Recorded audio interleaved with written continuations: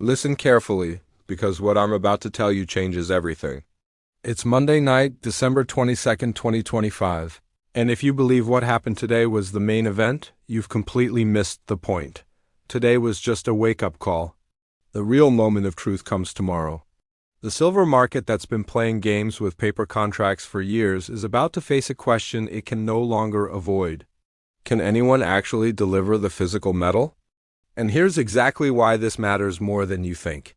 When there's a real shortage of physical supply, only one market consistently reveals the truth. That's the market closest to actual metal movement. I'm talking about Shanghai.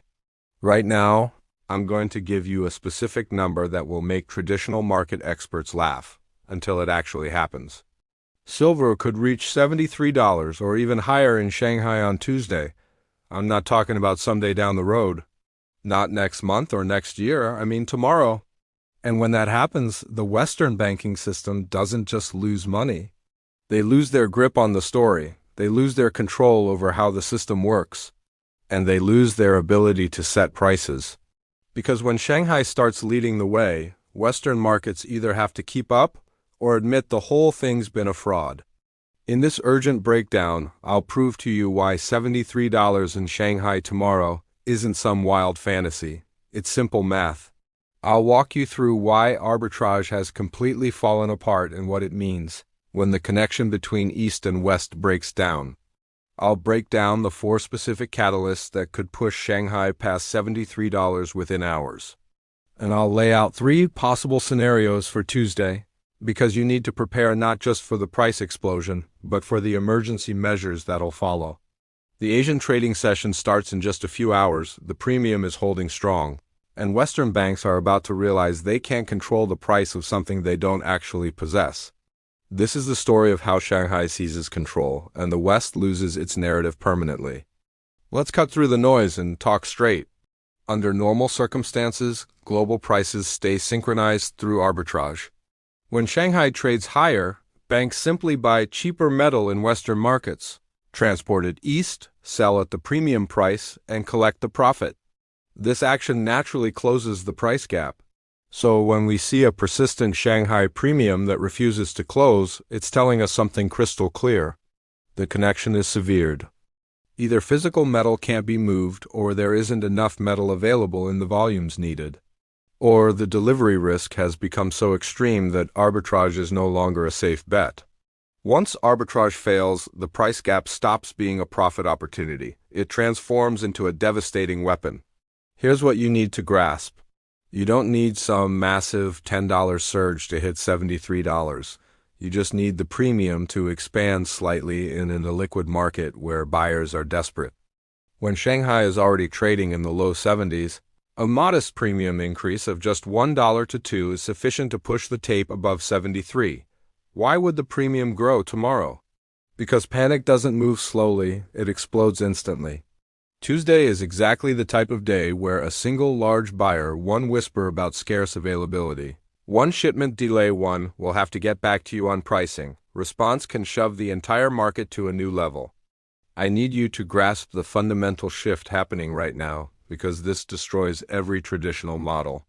In a speculative market, price is everything. When prices climb too high, buyers pull back.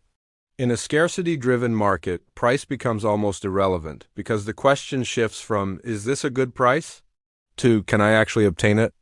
This is the exact moment we're entering right now. You can see it in how the market behaves. Price spreads act strangely. Premiums refuse to drop. Sellers don't emerge when prices rise. And the paper price starts behaving like a balloon with a heavy weight attached to it. Shanghai is that weight. Because Shanghai connects to real physical demand that doesn't care about your technical charts. It cares about survival, factories, contracts, production schedules.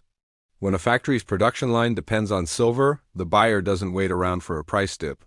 This isn't about chart resistance levels. It's about a physical market asserting its reality. Now let me break down the 4 specific catalysts that can drive Shanghai to $73 or higher in the coming hours. This isn't vague guesswork. These are market mechanics under extreme pressure. Catalyst number 1, the premium doesn't shrink, it grows. This is the most straightforward and devastating scenario. If Western supplies were freely available, the gap would have closed already. If Western delivery was easy, the spread would collapse under arbitrage pressure. So, when the spread remains and actually widens, it signals something is blocked. And when the system is clogged, price increases don't bring more supply. They create fear. Fear that transforms into aggressive bids. Consider this carefully. Arbitrage traders aren't foolish. They understand basic mathematics. When there's a $4 or $5 premium in Shanghai that lasts for days, why aren't they closing it? Because they can't obtain the metal in Western markets in the quantities required. Or they don't trust the delivery process, or the transportation costs are skyrocketing. Any of these reasons mean the same thing: the system is jammed. And when a jammed system meets desperate demand, prices don't climb steadily. They leap. Catalyst number 2, thin liquidity, makes regular buying look like a massive spike. Tuesday could be extremely volatile because liquidity isn't consistent. The order book isn't deep at every level. Shanghai doesn't need thousands of buyers. It needs just a few serious players: an industrial buyer, a refiner covering positions, a wholesaler locking in inventory, a fund shifting exposure because the spread screams tightness. In shallow liquidity, just a few large orders can establish a new price level and force everyone else to adjust. That's how you get $72, then $72.70, then $73.15, before most people even realize what's happening. This isn't market manipulation. This is how thin markets operate. And thin markets move violently. They move instantly. They don't pause. And once a new level gets printed on the tape, it becomes a psychological anchor. Sellers hold back because they fear selling too cheap. Buyers rush in because they're afraid of missing out. The premium feeds on itself. Catalyst number 3, the West attempts to control prices and fails spectacularly. This is where things turn ugly. When Western banks try to defend price levels by dumping paper contracts into rallies, they risk triggering exactly what they were trying to prevent: a forced cascade, because on the other side of those paper sales are buyers who simply don't care. And once the market detects weakness, once it realizes they can't push prices down anymore, the bids become more aggressive. And Shanghai observes this and responds, "Fine, we'll set the price now." This is the bank's worst nightmare. They're accustomed to controlling prices by selling paper contracts. But when physical demand becomes strong enough, selling paper doesn't suppress prices. It just reveals that paper has disconnected from physical reality. And once that disconnect becomes unmistakable, confidence evaporates. If you're just tuning in, we've established that Shanghai hitting $73 or more on Tuesday is some outrageous prediction. It's because arbitrage is broken and the premium won't go away. We've already examined the first 3 catalysts. Now, we need to understand what actually unfolds when the bridge between East and West completely collapses. Because this isn't just a trading setup, this is a power shift. Let me explain how this fracture actually works. Western price control depends on everyone believing that the paper market is the actual market. But during a shortage, paper only has power if people accept it as final settlement. Shanghai taking the lead exposes the fundamental contradiction. New York shows one price, Shanghai shows another. And traders start asking the critical question: which price can I actually buy physical metal at? When that question spreads, confidence evaporates. And when confidence evaporates, paper markets don't adjust gracefully. They shatter. Because short sellers aren't just losing money, they're losing time. A short position can handle a slow, grinding increase. It absolutely cannot survive a rapid repricing combined with a physical premium and delivery stress. If Shanghai prints $73 or higher tomorrow, it sends every short seller the same message: you're short in the wrong market. And that's when they all do the identical thing simultaneously. They cover. But covering means buying. Buying in a thin market creates acceleration. Acceleration forces more covering. That's the death spiral. Now, catalyst number 4, physical fear spreads faster than any news headline. The mainstream media always shows up late to the party. The physical market doesn't wait for financial news networks. It responds to procurement calls, delivery timeframes, and allocation notices. If Tuesday morning begins with even small signs of stress, delays, Limited price quotes, elevated lease rates, tight wholesale supply. The bids become urgent. And urgency is exactly how you print $73. Let me paint you a scenario. Imagine you manage procurement for a solar panel company. You need 500,000 ounces of silver for next quarter's production schedule. You contact your supplier. They respond, "We can deliver 200,000 immediately, but the rest is uncertain." You start to panic. You call a second supplier. They tell you, "Try us again Wednesday." You try a third option. They say, "We can fulfill it, but the price is $74 per ounce." You don't even negotiate. You purchase immediately. Why? Because your customer contract is worth $50 million. Losing that contract because you lack silver costs infinitely more than paying an extra $1 or $2 per ounce. That's what inelastic demand looks like. And when inelastic demand collides with a thin market, prices don't rise gradually. They explode upward. This is the fourth catalyst. Physical fear creating desperate bids and thin liquidity. And Tuesday is precisely the kind of day where just a handful of those urgent calls can push Shanghai straight to $73. Now let us discuss why this terrifies Western banks. The banks hold short positions. They wagered that prices would fall or at minimum stay flat. But if Shanghai leads and the West can't match it, the shorts are caught in a vice grip. They're short in the wrong geographical market. They sold paper contracts in New York assuming they could dictate price. But now the shorts face three options. Option 1, cover immediately and absorb the loss. Option 2, maintain positions and pray prices drop. Option 3, double down and sell even more paper. Option 1 is costly.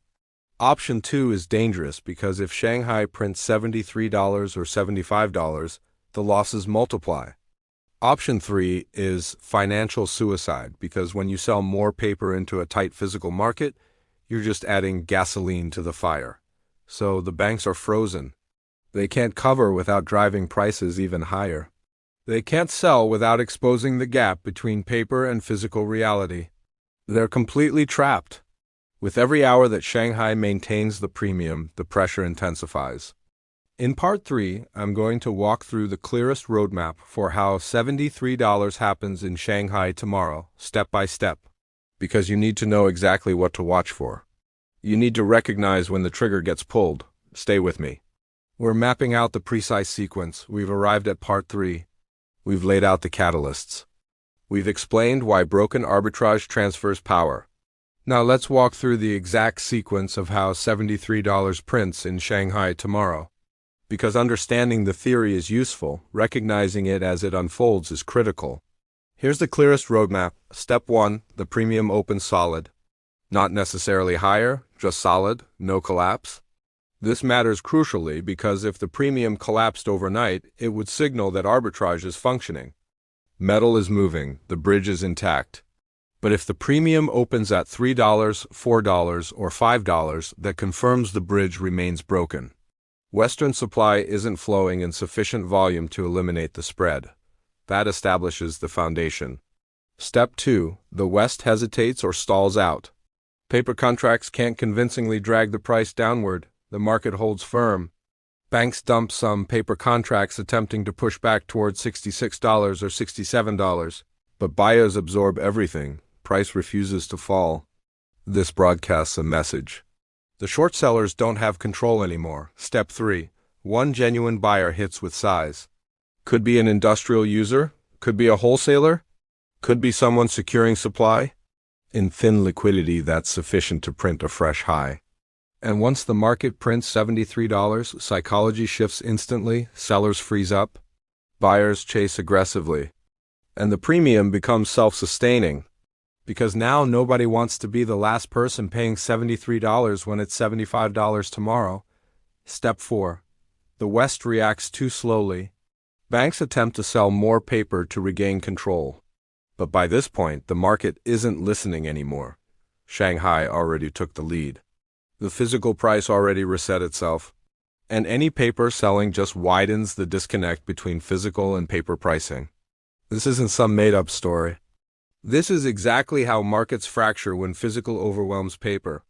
We witnessed it with nickel in 2022, we saw it with palladium in 2020, and We're watching it unfold right now with silver, and you're wondering, but why specifically tomorrow?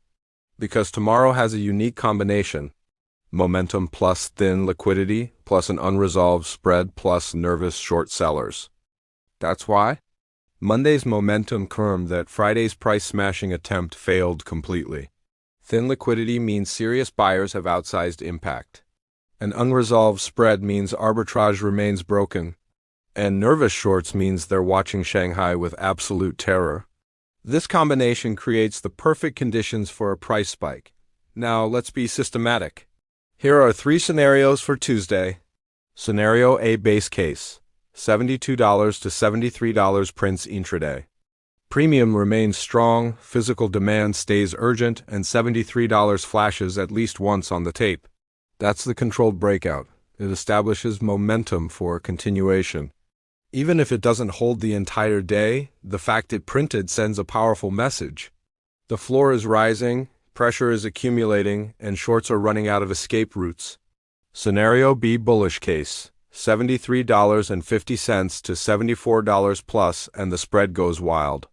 This occurs if Shanghai buyers interpret Western hesitation as weakness and attack aggressively into the void. That's when Western short sellers start visibly sweating. Because at that level, the premium isn't just persistent anymore, it's explosive. And once the premium hits $6, $7, or $8, you can no longer pretend this is just a temporary oddity. It's an availability emergency. Scenario C: cooling case. Shanghai holds $71 to $72 but doesn't spike. Even this isn't negative if the premium refuses to close, because it signals the floor is elevating and the system remains stressed. The crucial variable isn't, did it spike today? The crucial variable is, does the premium close or persist? If it persists, pressure continues building. And eventually that pressure discovers a catalyst. In Part 4, the final chapter, I'm going to give you the warnings you need. Because when a paper mechanism risks being exposed, the system doesn't simply accept a loss. It rewrites the rules. And you must be prepared for intervention. Stay with me. We're finishing with the reality of this battle. We've reached the final section. We've demonstrated how $73 can print in Shanghai tomorrow. We've walked through the mechanics, the catalysts, and the sequence. Now we need to confront the uncomfortable reality. When a paper mechanism risks being exposed, the system doesn't just accept the loss. It changes the game. Margin increases, trading halts, position limits, emergency declarations. And if Shanghai is printing $73 or higher while the West still pretends it's lower, it creates a legitimacy crisis. That's when interventions become highly probable. So prepare for volatility. Prepare for violent whipsaws. Prepare for propaganda campaigns. Because the battle isn't just about price, it's about legitimacy. Let me be absolutely clear about what banks will do if Shanghai seizes control. They'll blame speculators. They'll claim market manipulation, they'll invoke emergency authority, they'll raise margin requirements to force liquidation. They might even halt trading entirely, citing extreme volatility. We've witnessed this playbook before. In 1980 with the Hunt brothers situation, in 2022 with the nickel crisis. The pattern never changes. When shorts get trapped, they don't admit defeat. They change the rules of the game. But here's what's different this time. The physical market is too powerful. If they shut down the paper market, real trading will shift to the streets. It'll move to Shanghai. It'll move to private peer-to-peer networks. Shutting down the casino won't stop the game. It just proves the house is bankrupt. And it accelerates the transition toward physical-based pricing.